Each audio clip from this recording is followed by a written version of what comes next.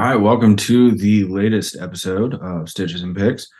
Today we're going to talk about creating an environment for you to be creative or more productive, how we go about that. And this was a topic that we brought up in one of the previous episodes.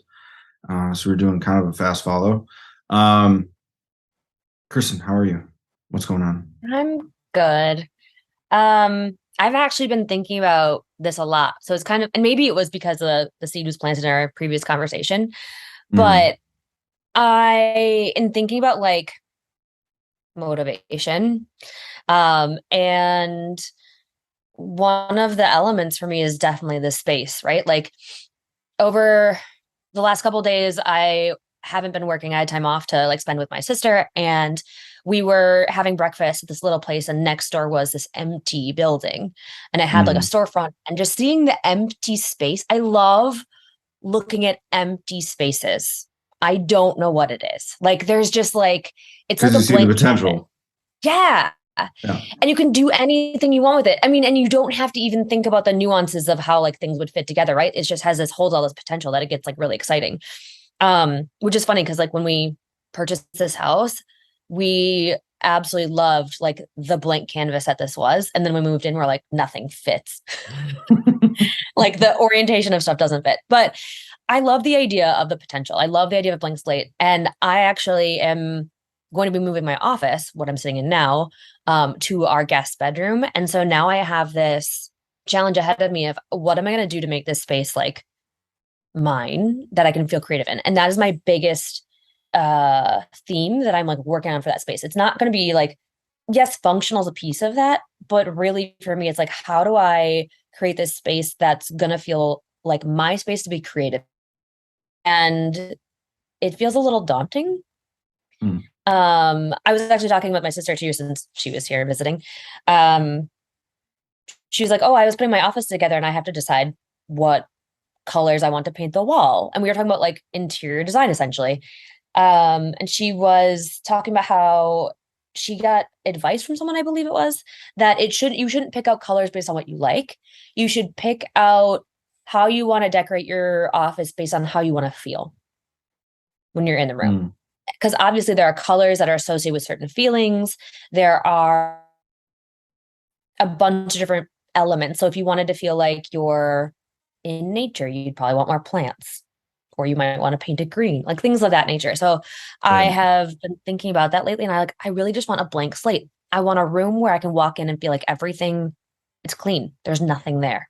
Obviously, I need a Mhm. desk and a computer, but also I have all this yarn. So like I'm trying to figure out what that looks like. Are you a type of person that clutter bothers you? So like having a storage room full of yarn would be better than having it just out in the open? Uh if you could see the room that I'm sitting in now, you would know that I have to like step up. I probably shouldn't admit that publicly, but I'm notorious for I don't want to like I'm like that like artist type that's like I can use that for something. So I don't Mm, throw stuff away. I will go in like purge modes and I'll purge stuff occasionally, and I've been getting better at that. Um, but a lot of the stuff that I have in this room has deep memories and like photographs and like things that were someone else's, and it's hard for me to purge. It's very emotional. So mm, I think I'm looking at this move to being into my other room, like the time to purge things or the time to organize things to make a cleaner slate. mm. I haven't figured out what the level of like yarn and or like bookcases that will be acceptable to feel this like creativity still. Do these knitting needles bring you any joy? They all bring me joy. Actually, only my interchangeable set bring me joy. Well, then get rid of all the other ones. I have a bunch of metal ones, but they're my grandma. They were my grandma's, and she didn't Hmm. knit. She crocheted, but she was very near and So dear to my heart. She's very near it's and dear. funny because I used to feel that way, and I had Mm. a number of guitars going into the pandemic where it's like, oh, my guitar teacher gave me that one as a high school graduation gift, or um, that was my first, my first bass or my first guitar or whatever. Of course, I'm Mm. going to keep it. And then I just realized I'm never picking it up. I'm never playing it. I would never record with it because either it doesn't fit into the style or the sound quality out of it isn't good because it's a, Mhm. starter thing. So I got rid of 3 amps and a number of guitars. Um, yeah. And so just like ripping off the Band-Aid and just being like, honestly, I haven't used this. I'm not about to use it. I'm just going to get rid of it. I'm going to sell it for whatever I can because, I know it's a loss. One of the amps was I got my first summer job to exclusively be able to afford this amp. Mm. Right. It was my first big boy amp. It was the signature series of one of my favorite guitar players. Right. Took me 3 months all summer long working outside to be able to afford the thing. And so, basically out of spite for that hot summer, I kept it forever and ever. But the problem was it's too loud for normal, everyday use or, even jam sessions with friends. Even when I'm, in the rehearsal space, I can't put the volume much above like 2 Mm. because it just destroys the room. It's so loud. So I need something a little more usable, right? To get that and purge through. And so now I have a couple guitars that are purely decoration, but other than that, each one of them has a purpose. They're to a different tuning. They're used for a specific thing, and that's it. Do you feel more creative when you have more clutter, or like when you have like certain things around you, or are you like the blank slate type of person?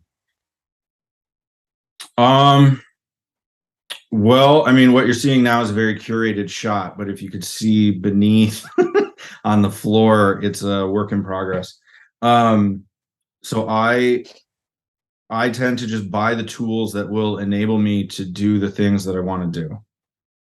That's kind of my viewpoint. I have dedicated spaces, so this is kind of setting the environment. I do my work from home stuff here, just because of the desk and the monitor and the nice speakers and everything else.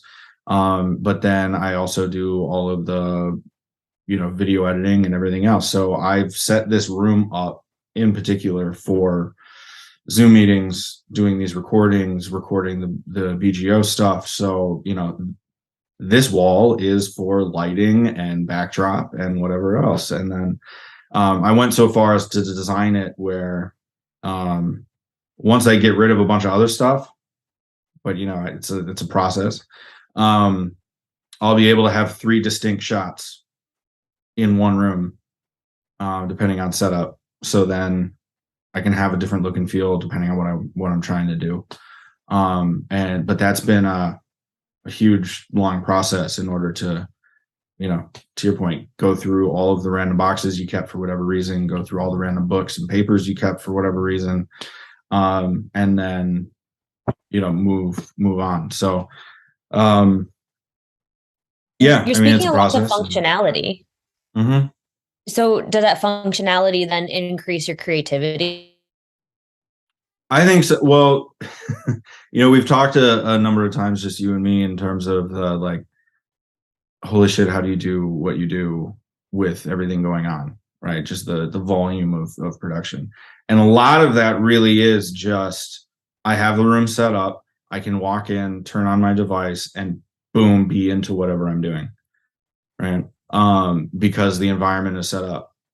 And then before I leave, like you would on a stage, you tear down your equipment and get it set up for whatever the next thing is. So like there's very much the processes of, this space is for this activity and that's it. So I think, when we talked about bringing up this topic, we at least in my mind, I break it into 3 separate things. So there's the processes and environment for creativity. The second one would be like the editing, because that's a totally different kind of skill set. And then the third one is more the promotional pieces of the creative. And this is true whether or not you're, an artist trying to sell your work, or doing thought leadership kind of stuff with businesses, or even, selling products. It's the same stuff. I like that you separate, like you have different areas for different processes, because that I think that really speaks to a lot of like human nature too. It's like when you go to bed, when you go into your bedroom, it's for sleeping. Like your brain makes associations with certain spaces, and that Mm-hmm. probably then enables you to be more productive, which Mm-hmm. in turn you could classify like in some ways more creative too, I would imagine. This is a part that I don't think that I have down yet. I have like I know my processes and I have different areas for them, but they're not really conducive for me to be like really productive. My kitchen table is an 8-person kitchen table. And Mm-hmm. we intentionally did that. We're a family of 3. We intentionally bought a massive table for a space to have family, friends come over and visit and eat good food and play games. But it has turned into essentially like another desk for me, but mainly Mm-hmm. knitting. Like all my knitting projects start to like pile up at the one end that we don't eat at very often. And I have a special drawer in the built-in that is all for my knitting stuff too. So like that ends up being where like my active projects are sitting. And that's in an Mm-hmm. area that I'm in a lot. I was thinking that would really help me in terms of staying creative, staying on top of stuff. And it isn't the answer to that. It doesn't hurt, but it isn't the answer to that either. And in my office here, I have this is my office for my 9 to 5. So like Mm-hmm. I think I make so much a strong association with that that I am not willing to come down here and work on my knitting stuff because I've already been here for 8 hours. Right. And so I need to figure out a different way around this. But I have a laptop, so my laptop can go anywhere else. It's not like I have to be stuck here. But now that I'm like Right. processing that if I just move everything upstairs, it's still going to be the same scenario of like, that's the room that I spend all my time in. Do I really want to go back into it? Yeah, and I think for me, it's when I say, I have dedicated spaces for it, it is literally just like this is my one room, Yeah. for the guitar equipment and the day job stuff. Um, and then to your point with the kitchen table, that's where I do all my creative writing stuff, is down at the kitchen Mm. table. I have a bit of a ritual when it comes to writing. And so, that involves making tea and setting up a I particular like that. playlist that gets me into a certain headspace. And then, I do that for journaling. I do that for creative writing. I do that for, that's just my writing piece. There's no screens. I do it, longhand, Oh, pen really? and There's no paper. screens. Hmm. Oh my gosh. Yeah, I'm the annoying person that has, there's no TV in the bedroom. There never will be. Same. The Yeah, each room is functional. So, and I was doing this kind of stuff even in college. So you don't have to have, a multi-room house. You can do it in a tiny dorm. And you might use the neighborhood coffee shop to do Mm. the same thing, right? Like if you're a fan of Starbucks, go to a different one for when you do, a particular task. And then that way your headspace is just, all right, I'm doing this now.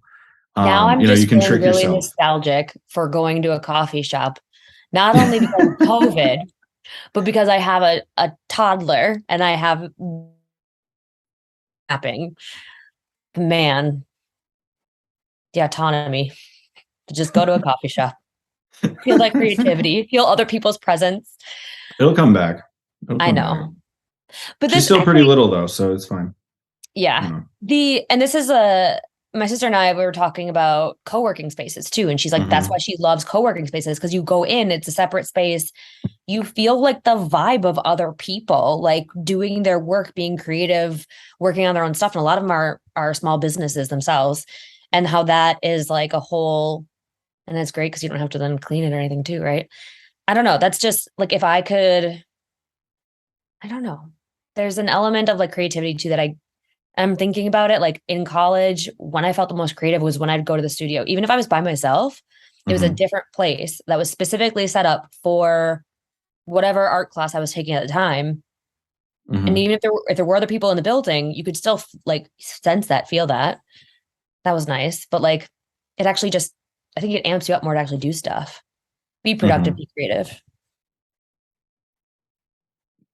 Yeah, and there's also the moments of spontaneity. Like that was the thing Mm, I was realizing the other day because for the first time in a while, um, I've had the opportunity to actually be with coworkers mm. again.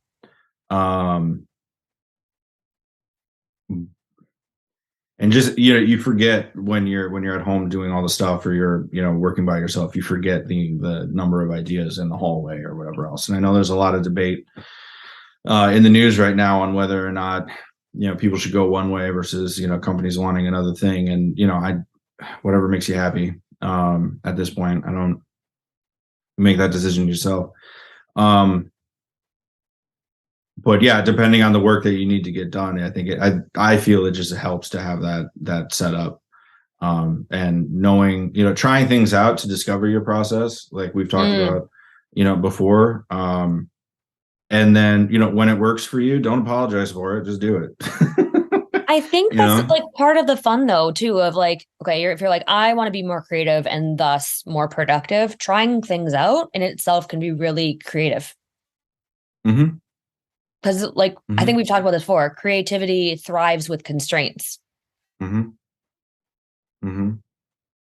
Yeah, This it's is funny because all I've some of the more diehard guitar teachers will be, you need dedicated practice and you're only, doing one thing. And that's true if you're doing a particular thing. You need to learn it quickly, you need to get it down, fast.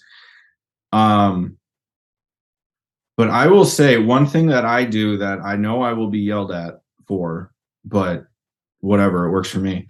As part of like if I'm getting ready for a gig, Um, I'll make sure that I have all the songs down. I'll make sure that the set is locked in, and then I'll go play it in front of the TV because then you get that visual cues. Because when you're on stage and you're at a bar, you have people standing up, they're walking out, they're taking pictures with each other, they're not, distraction. they're being loud. You have all these things going on that in your rehearsal space that you wouldn't have to pay attention to, right? But just to get that, okay, do I have it locked down? Yes. Do I have it locked down to the point where I can, watch the person cross the room, still sing and play at the same time and not miss a beat?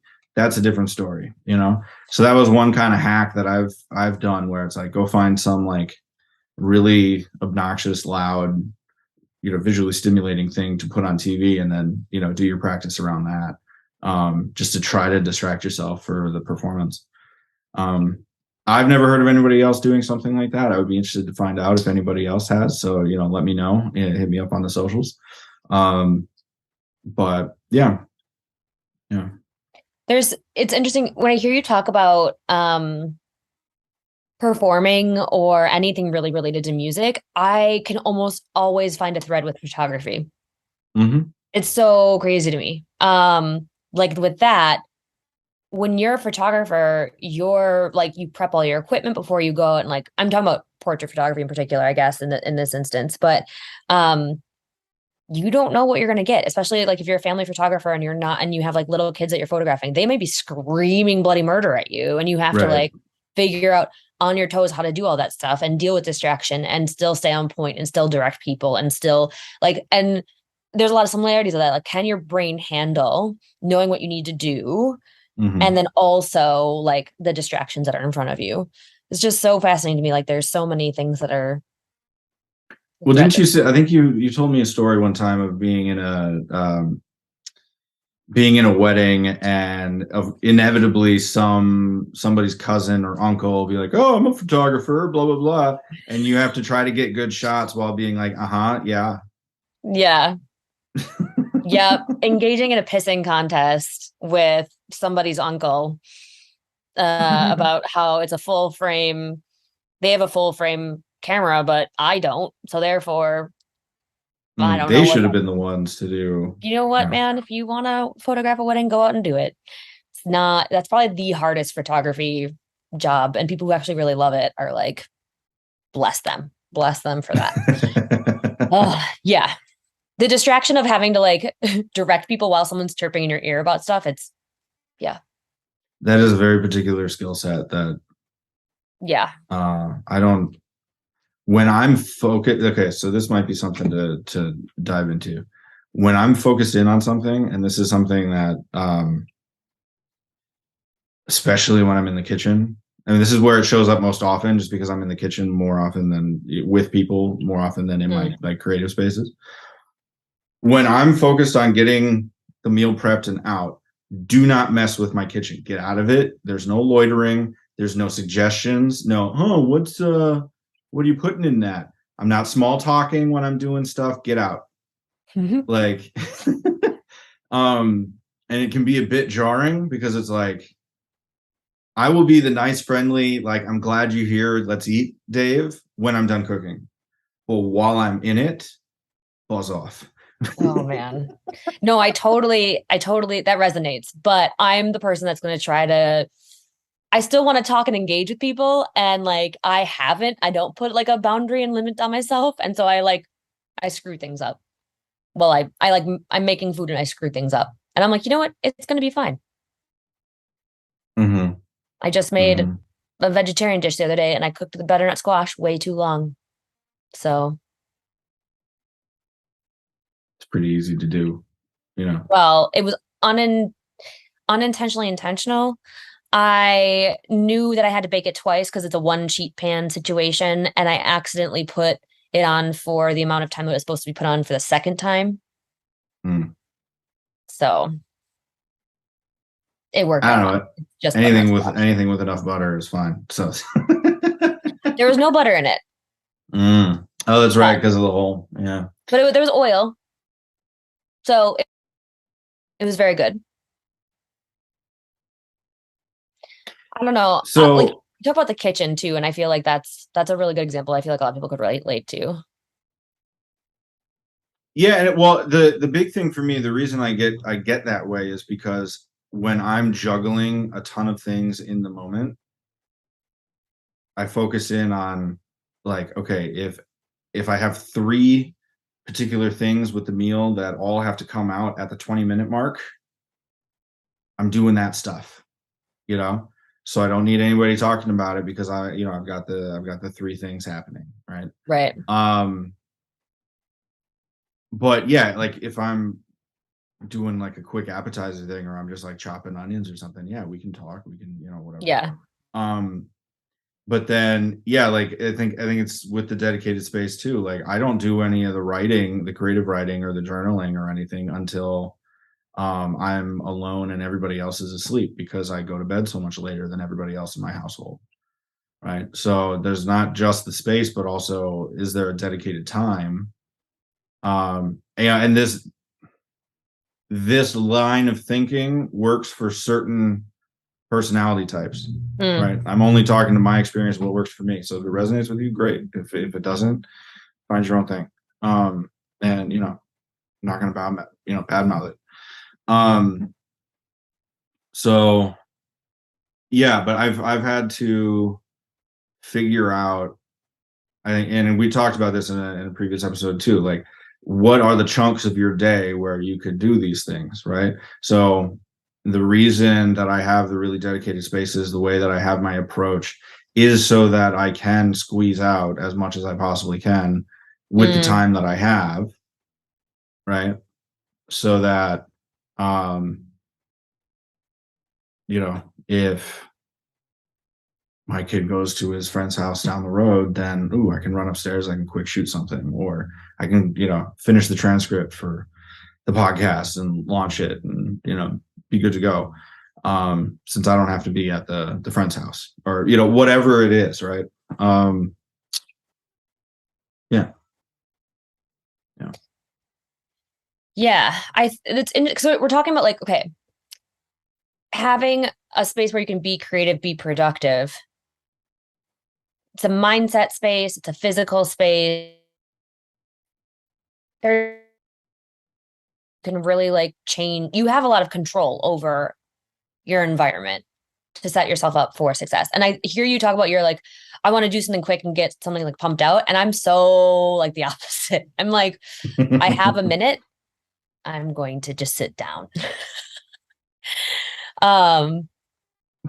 Which like The That's other day I was laying crazy down, day. right? I have one of the like meditation apps, and I'm just like, all right, I have 5 minutes. I'm gonna meditate. Just to try to be healthier and be better and whatever.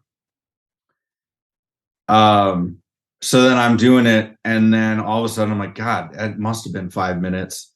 Completely taking myself out of it, and I looked down at my watch. Nope, it had only been 2 minutes, and I was already ready to go do something else.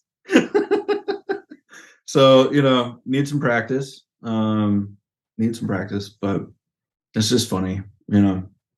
Um, so I think instead of kind of rambling and just trying to find a point, let's either, what about your space in particular do you think would be more conducive to balancing the, not just like the anchor gig thing, but then also when you have some time and when you have the mental capacity and whatever else, where you could walk in, do a video shoot or something for your knitting, and then walk out and feel like you've done the thing and you're good. Yeah, I mean, actually, in talking and doing this like rambling, talking to you, I've come to the conclusion that I think I need to have two separate spaces, one for my 9 to 5 and one for my knitting. And Hmm. if I can't do that, I need to get really creative with that. Like, does it that there's one wall that I essentially look at during my 9 to 5, and then I'm able to turn and like look at a different colored wall in our room for my knitting stuff? Does that make enough of a difference? I'll have to experiment with that and see. Hmm. I do have we like our house is like a decent size. It's not like we're in this is not super conducive. And this space we're talking about turning into something very purposeful. So it's very like it won't be an option for me necessarily. But I don't know. We've been so we don't have, to your point too, like earlier, we don't either.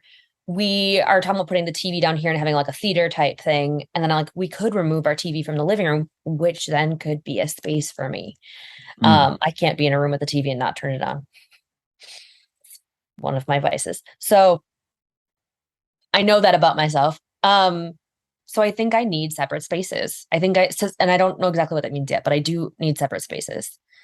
I need to feel like there's a blank slate Hmm. in separate spaces. I think those two things are the things I'm going to go after first and see where that leads me next, I think. So um in my journey with this room, um I've had to redo the shelving. I've had to buy all new furniture over the last 3 years, right? It's a slow process, right? Because you have to wait until you have the cash, and you have to wait until Yeah. you have a moment to schlep 120 pounds upstairs.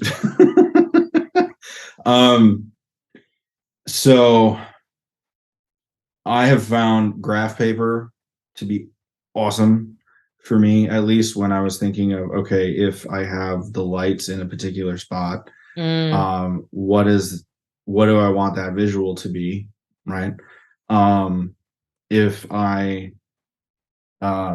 if I got a second desk for like the 9 to 5 within the space, how could I do that so that it's um, more of the bland kind of business look, right? Because depends on the person whether or not they like seeing guitar amps in the background in a normal 9 to 5 thing. um it's created a lot of interesting conversations, but at the same time you're always optimizing to the lowest common denominator when it comes to internal stuff, right? um so yeah, I do a whole lot of versioning, and you'll love this, with the agile methodology stuff. You build the prototypes, and then you realize, no, that won't work, or whatever else. Like, um, yeah. So I mean, I've done that as well, and then figured out, okay, I can do this version or this iteration of this room for $70 if I do it this way, or 150 if I do it this way. Um, and then just like slowly, build. And I think I take a similar approach to, setting up a website or what, even creating a PowerPoint presentation. I sit down with a blank sheet of paper, bullet things out, you know, um, do it in a way where I can rearrange things before it's like kind of final. Like you will not see That's why I me like whiteboards. just move a shelf to a spot to see what it looks like and then move it back. That no, I'm touching the thing once. I will totally move it. I'm gonna move it and then look at it and sit back. I may even live with it for a day, and I may even move it back then. I want to move the physical furniture. I want to actually feel it where it's at. Interesting. Yep. Interesting. Yeah, and like I've thought about putting stuff behind me, but then again, when I'm facing that screen when I work, I don't want things above me to distract. So Yeah. that way it's focused, it's focused in. So it may not be as interesting to look at, when we're doing these types of things. But again, I think it reflects the space, right? And what it's for. So that's what I use it for. That's how I like to do it. And when I remember in my creative writing class in college, we talked about what's his name? Billy Collins, I think. He was the poet laureate, national poet laureate, like a number of times. I think it was him. If not, this might be slanderous, but one of the poet laureates was talking about their process and how they would go into a room, they would light a bunch of candles, turn off the unnatural lights, and then strip naked and just write for however long. And of course, I mean, you hear that and you're like, woo, okay. Don't know that that'll work for me. But it always struck me as okay, first off, how do you get to the point where you realize that that's your process? Yeah. I'm a little curious as to that. I don't want to, dive too far into that, but um, um, but then it clearly the output of it clearly worked, right? He got to the pinnacle of what you can do with poetry. So it is as individual as the person. So no matter what your output is, an ebook, presentation, product copy, you might not have to go to that length if you're writing, these socks come in a pack of 6, and if you buy them, these are the features and benefits. You can do that from a coffee shop. Right. But if you want to go deeper, you got to do other things. So yeah, anyway. I keep envisioning okay, so the space that I'm moving into has blue walls, baby blue walls. Our entire upper floor was painted baby blue. I have no problem painting. So why are we painting? And I'm like, I'm torn because part of me wants to just paint it white because it's a blank slate then, right? But I'm like, but white is also so boring. Is it though? But it is, but it isn't. And so I have to figure out, and I keep envisioning this. This is going to sound crazy. This is going to sound totally crazy. I keep envisioning this space as being a place where I can paint. Then why wouldn't you do paint? White? I haven't painted in a long time. But I feel like that's my definition of creativity. It allows me to I'm not a painter, but you need a multimedia room. It's not just Yes. Yeah. But I want it to be empty. So you're thinking traditional studio, like your photography background? I think that studio feel is what I want in this room, and I need to figure out how to have that feeling with still having desks in there, probably 2.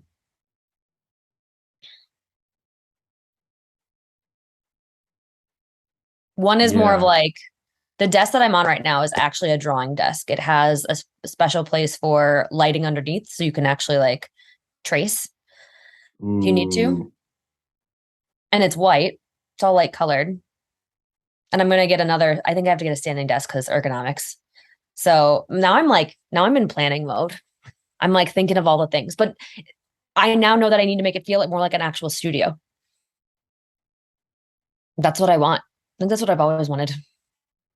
Like an art studio, but where I sit on my computer. So you want one of those reclaimed manufacturing things in the middle of Minneapolis that Yes. has the windows from 1912 and Yes. okay. It's exactly what I want. Okay. Exposed brick. The hardwood floors I have that are super old from the 60s. Right. Got that. That's the only thing I've got. And it's a bedroom. So it's like, but it has a huge picture window, which is amazing. So then yeah, you kind of have to go like an off-white or like, a really light gray. And then That's what I was thinking. But what if I put color on it? What if I just like did pink? you won't have the studio feel. Now, if you That's true. did like a pink via, Jackson Pollock, then maybe, right? It's literally a splash of color on the wall. Yes. That might Yep. make it a little more creative. Yep. And depending on how you respond to stimuli like that. Um, Or I could yeah. just turn my wall into a canvas. I could also Mhm. do that. Mhm. Just one of the walls. Paint You everything know, I white. I love writing on walls, like floor to Same. ceiling whiteboards is like a dream for me. Yes. Um, yeah. So I would totally do that. You might consider that. Do a whiteboard wall so that you can draw or splash things on there and erase it if you need to, and then that way it's not just right? Yeah. I mean, the whiteboards will definitely be incorporated because it's like I'm obsessed with whiteboards. You can't tell, but like there's a gigantic one on that side. And then I have one in the kitchen. They're everywhere in my house. It's a large one in the kitchen too. It sits vertically and it has all of our stuff that we're doing during the week, including meals and who's making what. Hmm. It's a great way to stay organized. I had a problem with having that in the space at first too, because I was like, I want my kitchen to like look nice. Although, anyways, but I was like, it actually helps us a lot. So it's like literally the thing that keeps us together. So Hmm. Yeah, I was having a conversation with somebody the other day about how annoying it is that everybody thinks they have to have like magazine quality that's design. a really good point. Where it's just like you don't need to have that shot. And there's a reason those are aspirational. You know, I don't see like if you have a good looking kitchen that looks lived in, that means you're normal. Mine looks more than lived in. It looks like it's pretty dirty. I mean, if you have a tomato soup on the wall or something, then yeah, that's a problem. Clean it. My But main reason why I feel like it looks dirty is we have large tiles for our countertops. right. It's disgusting. I hate that. Anyways, we're off topic. I think that this conversation has been extremely helpful for me to think about how I want to create my space moving forward. And it's been something I've been like really thinking about lately. And I couldn't like process and get over what I needed. And now I know that I just need an art studio.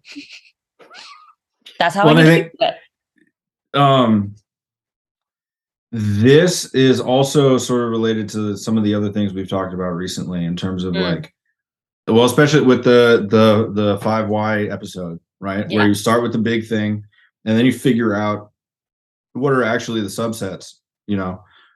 So like, what do you want? I want an art studio. Well, can you afford the rent? No. All right. So what about the art studio do you like? Yeah.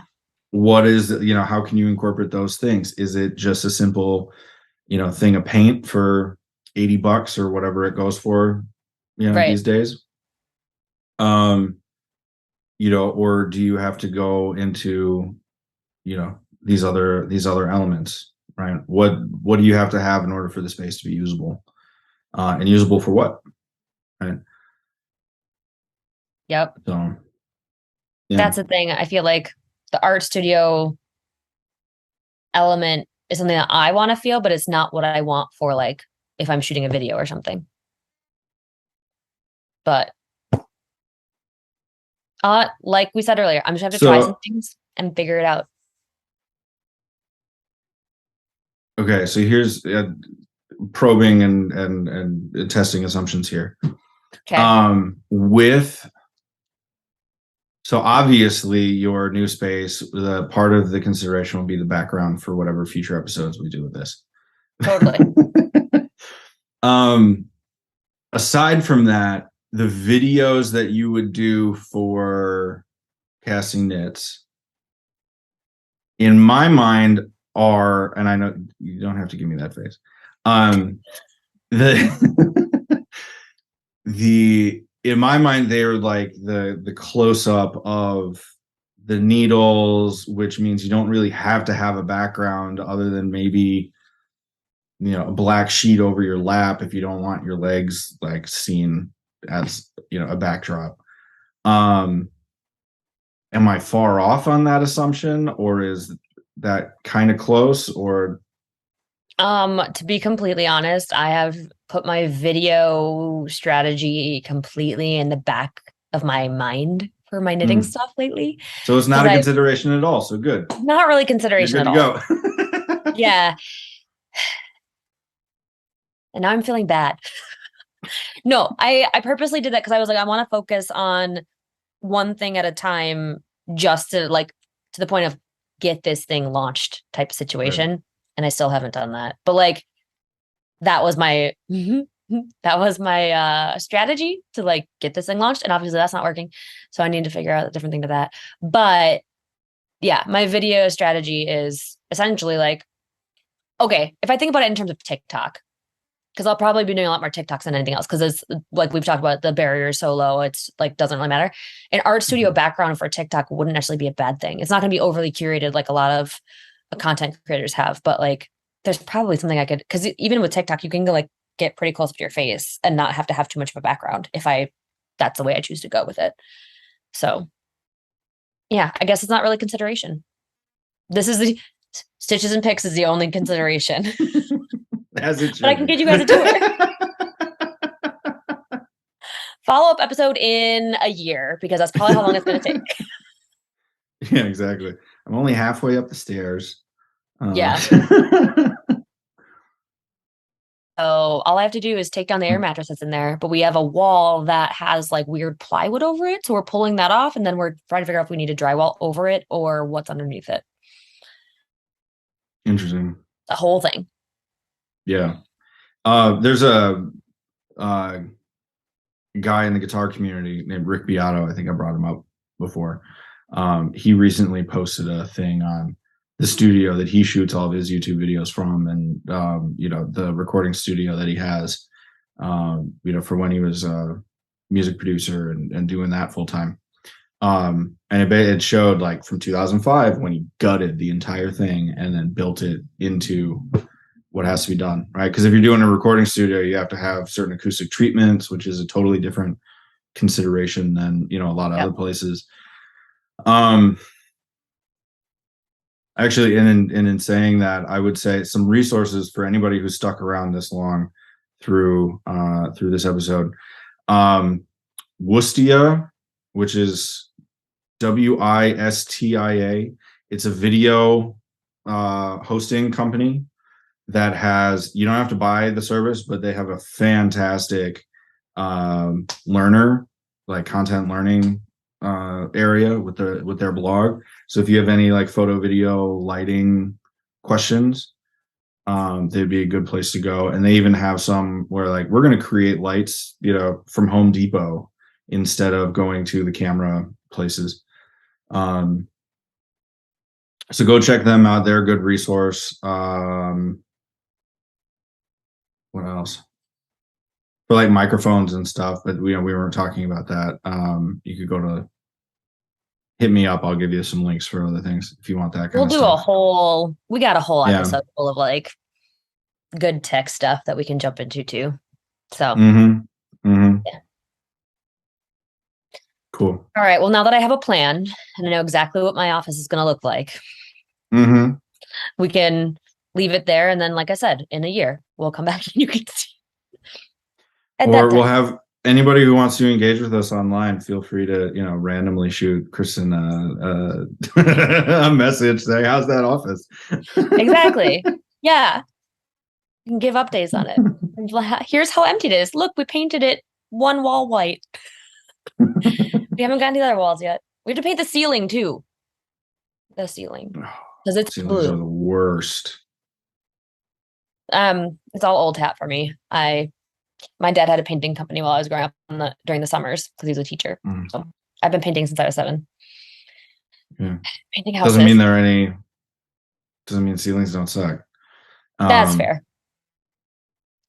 All right. Well, cool. Hit us up on social. Love to know if you have any questions. Love to hear other people's process for creativity or production or spaces. What you do for your spaces. Because if I'm in the process of like putting mine together, I want as much feedback as possible. I want to know. Right. Yeah, I mean, even if it's just, keeping a section of the kitchen table to yourself, because sometimes that's a struggle enough. Mm-hmm. Yep. So cool. Yeah, appreciate it. We'll see you next week and take care. Bye.